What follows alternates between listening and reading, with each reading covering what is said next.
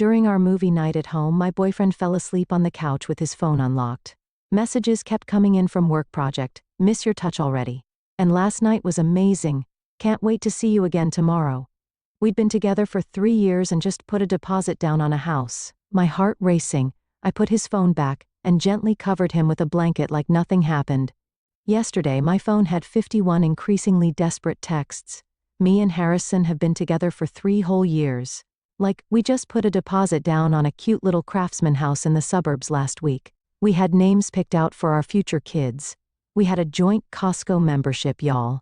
That's practically marriage and millennial terms LMAO. So basically, Friday nights are always our movie nights. It's been our tradition since like month 2 of dating.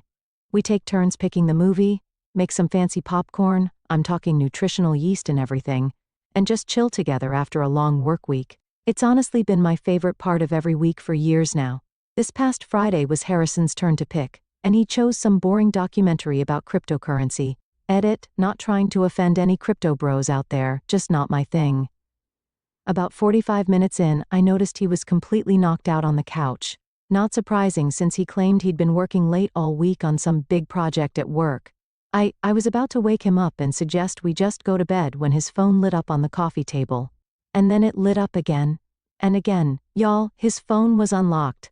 The messages were right there on the screen from someone saved as work project with a emoji. At first I thought nothing of it, but then I read, miss your touch already. And then, last night was amazing. Can't wait to see you again tomorrow. My heart literally stopped. I couldn't breathe. I felt like someone had punched me directly in the stomach, and then threw me off a cliff. 3 years. 3 years. All the plans, all the promises, all the I love yous and you're the one speeches, were they all lies? I'll admit, I did something I never thought I would do. I picked up his phone and quickly scrolled through the conversation. I know, invasion of privacy and all that. But something in my gut told me I needed to see the truth. And wow, the truth was ugly. This wasn't just some flirty texts. There were plans for hotel meetups, explicit messages, and even photos that I immediately wished I could unsee. Based on the timestamps, this had been going on for at least 2 months.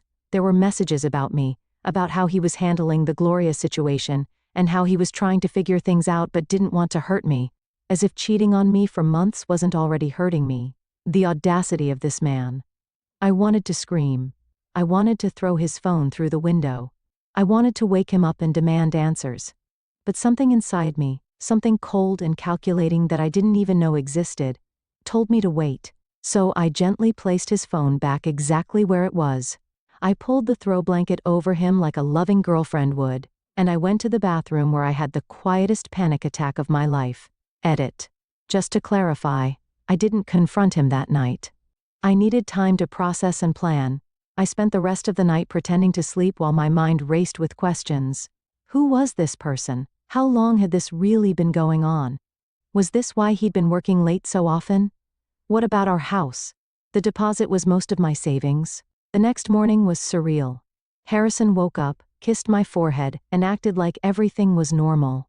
He even made me breakfast and talked about paint colors for the new house. I've never been an actress, but that day I deserved an Oscar because somehow I smiled and nodded and pretended that my entire world wasn't falling apart.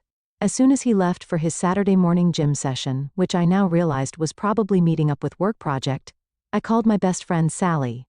She came over immediately, and we spent the next 3 hours going through every detail I could remember from those messages. Sally suggested we do some digging. Harrison and I share a credit card for household expenses, so we logged into the account online. And there it was, evidence of dinners at restaurants I'd never been to, Uber rides at odd hours, and even a hotel charge from last weekend when he told me he was on a business trip. I felt physically sick. The more we looked, the more we found.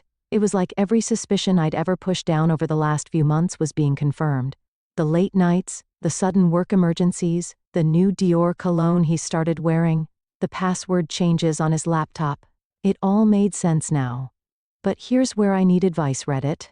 I don't want to just confront him and have him gaslight me or minimize what he's done. I don't want to just walk away and let him spin some narrative about how things weren't working out. I want him to truly understand what he's thrown away. I want him to feel the same earth-shattering pain that I'm feeling right now. Sally thinks I should gather more evidence before confronting him. She suggested I pretend everything is normal for a bit longer while I figure out a plan. So basically, I spent all day yesterday being the perfect girlfriend, made his favorite dinner, didn't question when he was texting and smiling at his phone, though now I knew who it was, and even initiated intimacy, which made me feel physically ill afterward, but I had to keep up appearances. This morning I casually mentioned I might have a work trip next weekend, and he immediately perked up. He was trying to hide it, but I could see the wheels turning in his head about having the apartment to himself. It confirmed everything. I'm going to pretend to go on this trip, but actually, I'll be staying at Sally's apartment across town. I have a feeling he's going to invite work project over to our home, and when he does, well, that's when I'll make my move. I'm not typically a vengeful person, y'all, but something inside me has snapped. 3 years of my life, my savings, my trust. I can't just walk away with nothing while he gets to have his cake and eat it too. Edit. To answer some common questions, yes, I've taken screenshots of everything including the credit card statements. And no, I won't do anything illegal, lol. I just want him to feel the consequences of his actions. Edit 2. For those asking about the house deposit, we haven't closed yet. The money is in escrow, and I've already contacted a lawyer about options. Don't worry, I'm protecting myself financially. Edit 3. Several of you in the comments are saying I'm being manipulative by not confronting him directly. Maybe you're right. But after 3 years of building a life with someone who's been living a double life, can you blame me for wanting some closure on my terms? First update. Okay, so first of all, wow. I did not expect my last post to blow up like that. Thank you to everyone who commented with advice and support. Reading your messages has honestly been keeping me sane through this nightmare. Y'all are the real MVPs. It's been exactly 1 week since I discovered Harrison's betrayal, and I have so much to update you on. So basically, I've been living a double life this past week. On the outside, I'm still Harrison's loving girlfriend who's excited about our new house and future together. But on the inside, I'm basically a private investigator collecting evidence and planning my exit strategy. As many of you suggested, I met with a financial advisor on Monday, told Harrison I was having lunch with a coworker. The advisor confirmed what many of you said in the comments. I needed to protect myself ASAP since the house deposit came mostly from my savings. She helped me draft a letter to the escrow company. I haven't sent it yet, but it's ready to go when I make my move. I also opened a new bank account at a completely different bank, and started moving small amounts of money from our joint savings. Not enough that he'd notice, but enough I'll have emergency funds when everything goes down. Edit. To the people calling this stealing, it's my money that I earned and deposited. I'm just protecting what's mine. But here's where things get interesting. Remember how I mentioned Harrison works at a marketing firm? Well, on Tuesday, they had their monthly team happy hour, which partners are always invited to. I usually skip these because they're boring F, but this time I made sure to attend. Y'all, I met Work Project in person. Her name is Dina, and she's the new creative director who started about 3 months ago. Harrison introduced us so casually, like my world wasn't literally imploding as I shook her hand. She's exactly what you'd expect. Gorgeous, confident, stylish. Everything I've been feeling insecure about lately. The way they interacted was so obvious once I knew what to look for. The inside jokes, the lingering eye contact, the way he kept finding excuses to be near her. At one point, I went to the bathroom and circled back through a different entrance to the bar, only to find them in a corner speaking intensely with their heads close together. They jumped apart when someone else approached. I wanted to scream or throw my drink in both their faces, but instead I smiled and played dumb. I even complimented her earrings, which looked expensive AF BTW, and asked about her background. Turns out she moved here from Chicago for the job opportunity. Yeah, right. More like for my boyfriend. When we were leaving, I overheard her tell him, "Your girlfriend seems so sweet," with this fake sympathetic voice. I literally had to dig my nails into my palms to keep from losing it right there. That night, Harrison was extra affectionate, probably out of guilt. He even suggested we look at furniture for the new house online. The audacity. I sat there picking out couches with him while imagining setting fire to everything he loves. I'm not actually going to do that. Don't worry, Reddit mods. LL. So Wednesday rolled around, and I decided to take some of your suggestions about tracking his movements. I downloaded our phone carrier's app, which shows the location history for phones on our family plan, Goldmine. Every Tuesday and Thursday, when he claimed to be working late, his phone was at an address across town. A quick Google search showed it's an apartment complex. Guess whose name came up when I cross-referenced the address with some social media searches? He's been going to her apartment twice a week like clockwork. Thursday was the hardest day to maintain my act. I knew exactly where he was going after work, exactly what he was doing, and with whom. He texted that he had to finish some graphics for a presentation and would be late. I responded with a sweet, "No problem, babe, I'll save you some dinner. Love you," while literally shaking with rage. While he was gone, I did a deep dive into our finances. We've been together 3 years, but only merged some of our accounts about a year ago when we started seriously saving for a house. I found charges for nice restaurants, wine shops, and even a jewelry store from last month. Jewelry. I've received exactly 0 pieces of jewelry from Harrison in the last 6 months. Edit. Several people asked if the jewelry could have been for me as a surprise. Nope. The date of purchase was the day before Valentine's Day, and he gave me a card for Valentine's Day. Just a card. Now I know where his real gift went. Friday was movie night again.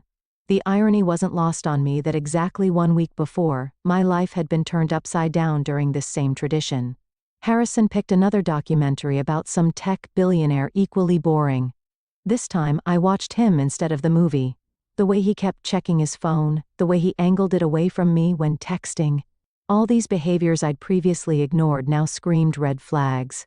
After he fell asleep, he didn't even make it through the movie. Typical. I checked his phone again. The conversation with work project had been deleted, but there was a new chat with Dwork that was obviously Dina. They were making plans for next weekend when I'm supposedly at my work trip. Which brings me to my current plan.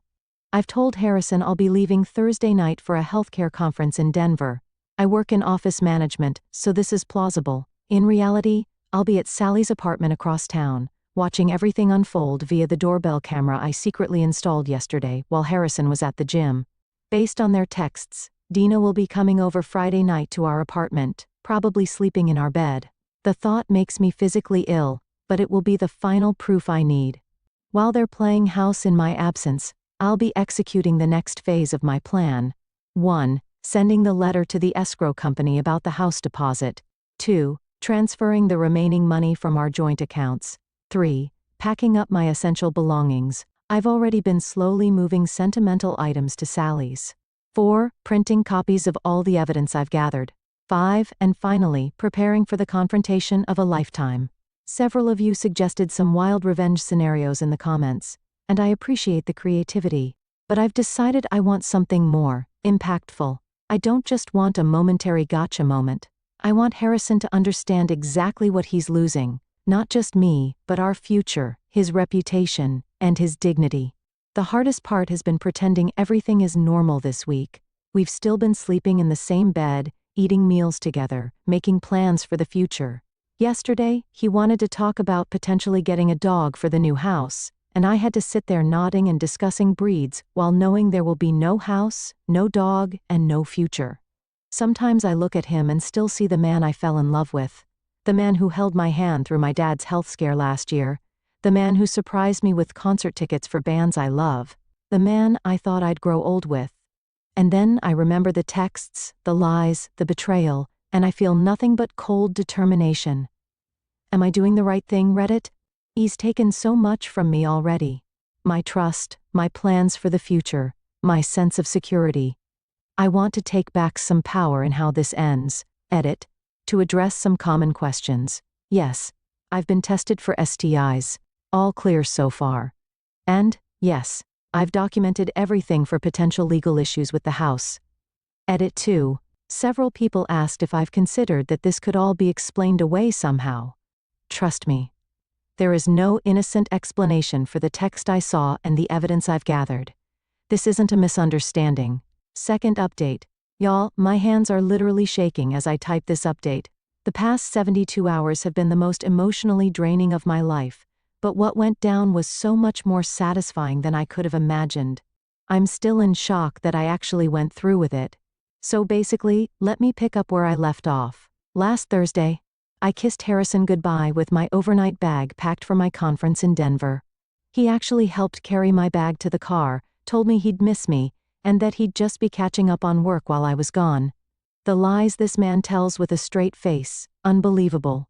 I drove around the block, waited 20 minutes, then headed straight to Sally's apartment. We'd set up a command center of sorts, snacks for stress eating, and enough wine to get through what we knew would be a difficult night. While we waited, I finalized everything, sent a notarized letter to the escrow company withdrawing from the house purchase, transferred my portion of our joint savings to my new account, contacted my doctor to have my medical records transferred to a new practice, changed all my passwords and recovery emails, removed myself as an authorized user on our credit cards. Around 7:30, the doorbell camera alerted us to movement, and there she was, Dinah, looking gorgeous in a dress I could never afford, carrying an overnight bag and a bottle of wine. Harrison greeted her with a kiss that made my stomach turn. They didn't even wait until they were inside to start pawing at each other. In the doorway of the home we shared, that's when something inside me just shifted. Sally saw it happen. She said my whole face changed. I wasn't sad anymore. I was done. Okay. So here's where I did something I never thought I would do. I opened the doorbell camera app on my phone and hit record. I captured everything. The kiss, them going inside, even their conversation through the door about how nice it was to finally have the place to themselves. The audio was crystal clear, y'all. Like, you could literally hear Harrison Dina how excited he was for a Harrison and Dina weekend without having to worry about Gloria. I saved that recording, and then I downloaded the Ring app on my laptop so I could continue recording throughout the evening. Every time they came into view, like when they went out on the balcony with wine glasses, or when Harrison ordered food delivery, I captured it all. That night, I did something even bolder. I set up my old phone on our apartment balcony. We're on the second floor and the balcony wraps around to the bedroom window. I climbed up the fire escape with Sally's brother keeping watch, and I positioned the phone where it could see into our bedroom through the gap in the curtains Harrison never closes properly. The next morning, I went to our apartment while I knew Harrison would be at work. I had exactly 3 hours to get everything important out before he might come home for lunch. Sally brought 2 of her brothers to help, and we worked like a well-oiled machine. I only took what was undeniably mine. Clothes, personal items, family heirlooms, and a few pieces of furniture I'd brought into the relationship.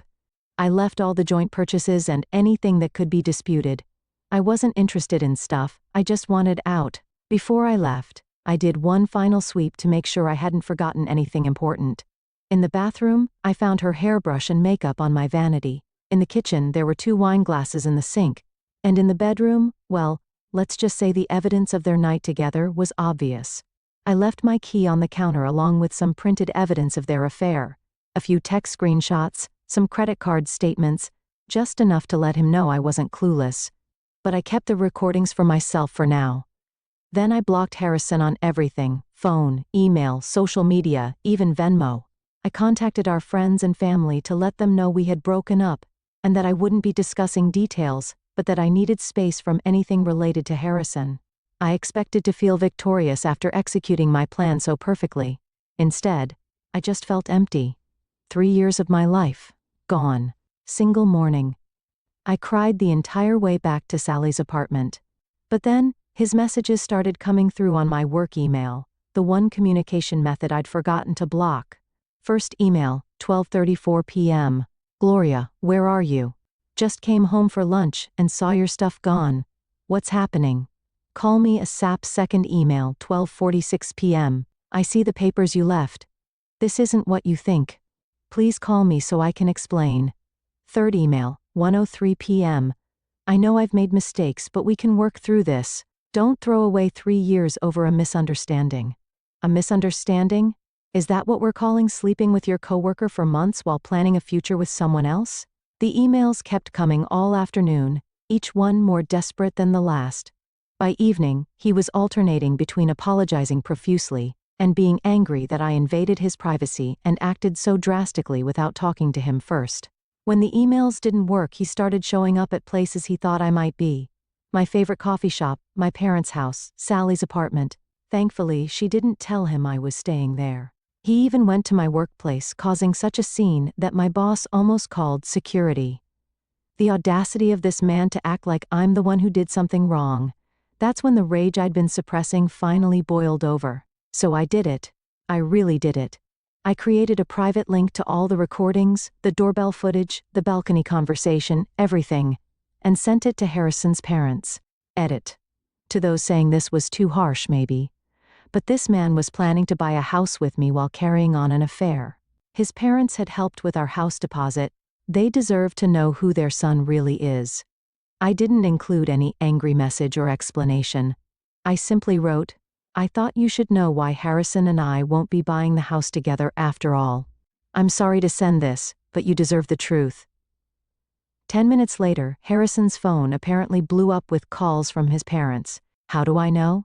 Because he sent me 20 text messages from his friend's phone about how I had ruined his life and how could you send that to my parents, but I wasn't done.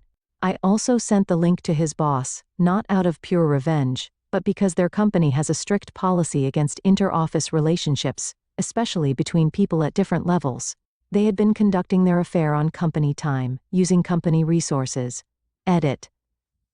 For those saying I went too far with the boss, Harrison had recently received a promotion that should have gone to his co-worker Larry, who's been struggling to support his family. Harrison got it partly because Dina advocated for him in meetings. That night, Friday, Harrison apparently went on a bender with his friends. I know this because by 2 a.m., I'd received 51 text messages from unknown numbers, him borrowing friends' phones to get around my block.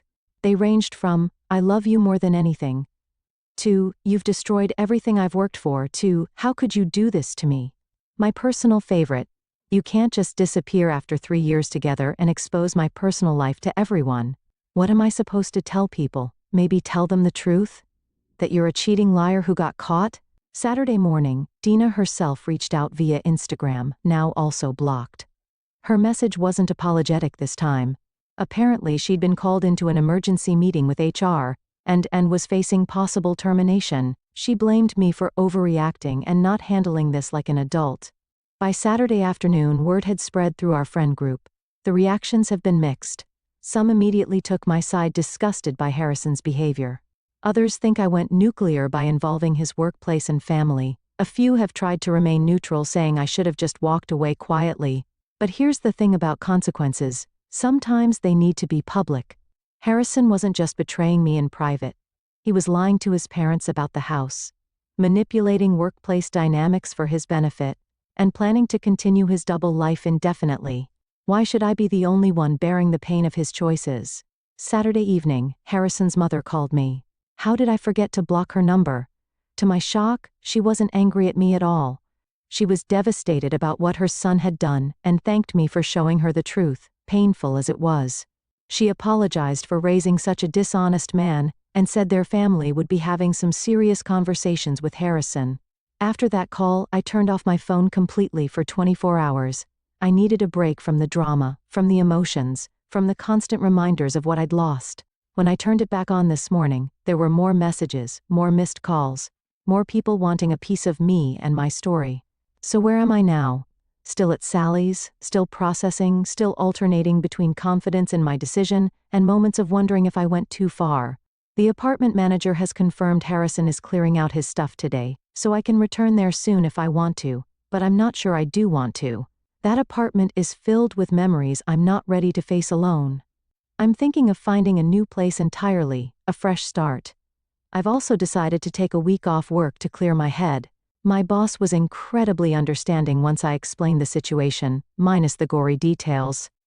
As for the house, the escrow company confirmed they've received my withdrawal notice. I'll lose some earnest money, but that's a small price to pay for not being legally tied to Harrison for the biggest purchase of my life. Harrison is still trying to reach me through mutual friends, but now his tone has completely changed. He's not saying he deserves a chance to explain anymore. He's begging me to please stop sharing the recordings with more people and swearing he's learned his lesson. Too little, too late, Harrison. Edit. To everyone asking if I'll ever let him explain. Maybe someday when it hurts less. But right now, I can't imagine any explanation that would make what he did okay. Edit 2. For those saying I was too harsh with the videos maybe. But after being lied to for months while planning a future together, I needed him to face real consequences. Not just a sad breakup he could spin however he wanted. Edit 3. Several people have asked for the recordings. Absolutely not. I didn't create them for entertainment or to completely destroy Harrison's life. I shared them selectively people who needed to know the truth. I'm not looking to humiliate him publicly beyond that. Tomorrow, I meet with a therapist. Thanks to those who suggested this in the comments. Last update. So basically, the last time I updated, I had just executed what many of you called nuclear revenge on Harrison, recording him and Dina via the doorbell camera, catching their intimate moments, sending the evidence to his parents and his boss, and basically exposing his double life to everyone who mattered. I'd moved out, blocked him everywhere, and was hiding out at Sally's apartment processing the aftermath of my own actions. A lot of you wanted to know if I ever confronted him face to face after all that, and the answer is yes, but not how or when I expected to. About a week after I sent those recordings, I was having coffee at this little cafe across town, specifically chosen because Harrison would never go there. Too hipster for him, lol. I was journaling, something my therapist suggested, when I heard someone say my name. I looked up, and there he was, Harrison, looking like absolute hell, unshaven dark circles, wrinkled clothes. He'd clearly lost weight, and his eyes had this haunted look I'd never seen before.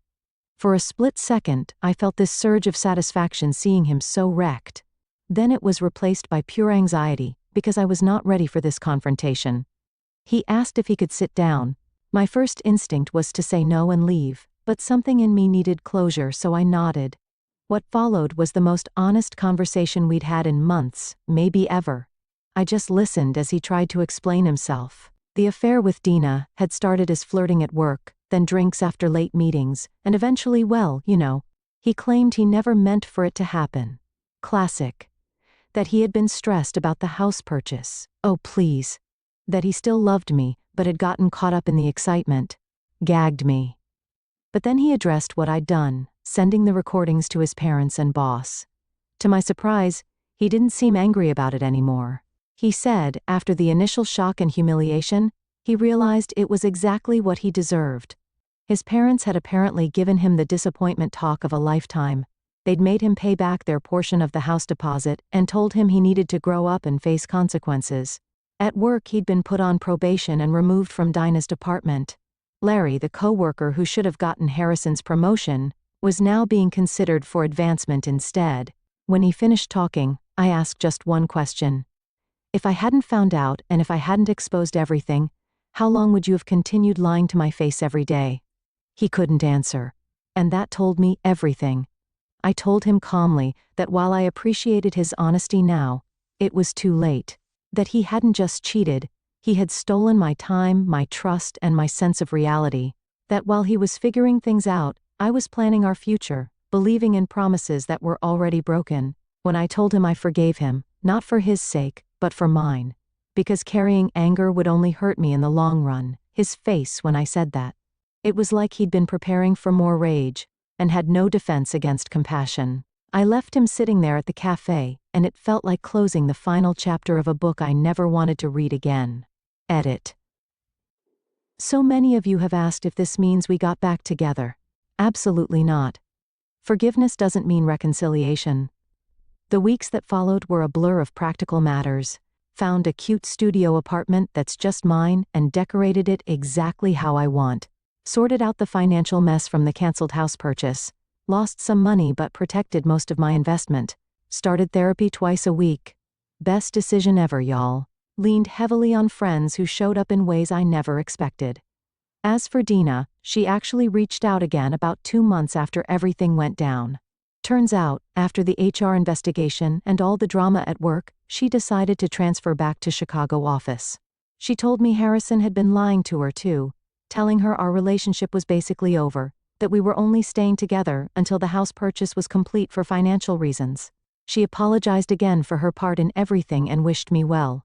We're not friends, obviously, but at least there's no lingering animosity. So, what about Harrison? Last I heard, from mutual friends? I don't ask, but people tell me anyway. He's transferred to his company's Seattle office for a fresh start. Apparently, even after the probation period ended, the workplace had become too uncomfortable with everyone knowing about his affair with Dina and the recordings I'd sent. His boss apparently gave him the option to transfer or look for a new job, and he chose transfer. Harrison's parents still call me occasionally, believe it or not. They were so shocked by the recordings I sent, but after processing everything, they've maintained a relationship with me separate from their son. His mom even sent me a care package on my birthday with homemade cookies, and a heartfelt card saying she still thinks of me as family. The house we almost bought? It sold to another couple last month. I drove by it recently, saw their moving truck in the driveway, and felt nothing but relief that it wasn't me tied to that mortgage. And to Harrison, last week, I was unpacking the last box in my new apartment. Yes, it took me 6 months to fully unpack. Don't judge, lol. And found an old birthday card from Harrison. It read, "To many more years of adventure together." A few months ago, finding this would have sent me into a spiral. This time, I just smiled sadly and threw it away. Edit. For those asking if I still have the recordings, yes. But they're locked away where no one else will ever see them. They serve their purpose, and I don't need to keep revisiting that pain. Edit 2. To clarify, since so many are asking, yes, I'm legally and financially completely separated from Harrison now. No shared accounts, no shared debts, clean break. Edit 3. To the person who DM'd me saying I'm damaged goods now and no man will want me. Who hurt you? Actually, don't answer that. Just do better. Edit 4. For those asking if I regret sending the recordings to his boss, maybe a little. But Harrison using his relationship with Dina to advance professionally while Larry, who has 3 kids and a sick wife, got passed over. That needed to be exposed too.